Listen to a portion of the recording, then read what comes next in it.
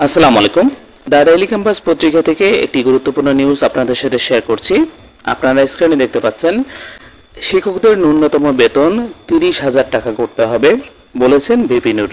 29 September 2024 তারিখে জাতীয় press ক্লাবের সামনে বেসরকারি এমপিওভুক্ত শিক্ষা প্রতিষ্ঠানে কর্মরত শিক্ষকরা তাদের বদলির দাবিতে অবস্থান কর্মসূচি পালন করলে সেখানে উপস্থিত হয়ে এই ধরনের কথা বলেন ভিপি নূর। আপনাদের সাথে বিস্তারিতভাবে সেই বিষয়টি শেয়ার করছি। শিক্ষা প্রতিষ্ঠানের যে কোনো পদমর্যাদার শিক্ষকের বেতন ভাতা ন্যূনতম 30,000 টাকা করার দাবি জানিয়েছেন গণ অধিকার পরিষদের সভাপতি নুরুল হক নূর।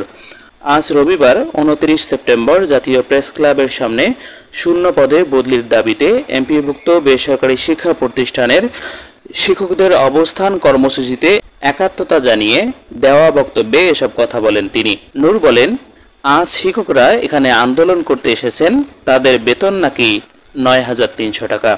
এটা কিভাবে হয়? বেসরকারি অফিসের একজন পিয়নও তো এখন 15 থেকে 20,000 টাকা বেতন পান, তাহলে মাধ্যমিক বিদ্যালয়ের একজন শিক্ষক কেন 9,000 টাকা বেতন পাবেন? এ দিয়ে কি একজন মানুষের সংসার চলে? আমরা দাবি জানাচ্ছি, শিক্ষকদের বেতন ন্যূনতম 30,000 টাকা করতে হবে। নুরুল হক নূর আরও বলেন, আমরা দেখেছি একজন শিক্ষক সারা জীবন শিক্ষকতা করেন, অথচ কোনো একটা অনুষ্ঠান করতে, মেয়ের বিয়ে দিতে কিংবা চিকিৎসার জন্য মানুষের কাছে হাত পাততে বাধ্য হন। এটা পুরো জাতির জন্য অসম্মানের, লজ্জার। তিনি বলেন, শিক্ষকদের আমরা সমাজ ও রাষ্ট্র গড়ার কারিগর মনে করি। শিক্ষা উপদেষ্টা নিজেও একজন শিক্ষক, সেজন্য অবশ্যই তার উচিত শিক্ষকদের ন্যায্য দাবি মেনে নেওয়া।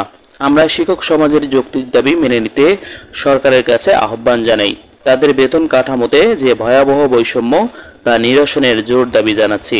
বদলির দাবি দ্রুত মেনে নেওয়ার আহ্বান জানিয়ে গণ অধিকার পরিষদের সভাপতি নুরুল হক নূর বলেন, শিক্ষকদের সব ধরনের সুযোগ সুবিধা সবার আগে দিতে হবে, তখনই কেবল মেধাবী ও সৎ মানুষগুলো শিক্ষকতায় আসবে। বদলির যে দাবি নিয়ে আপনারা এসেছেন সেটা তো ছোট দাবি, এটা তো সরকারকে মানতেই হবে। বড় দাবি হলো বেতন কাঠামো। শিক্ষকদের বেতন হবে সবার উপরে।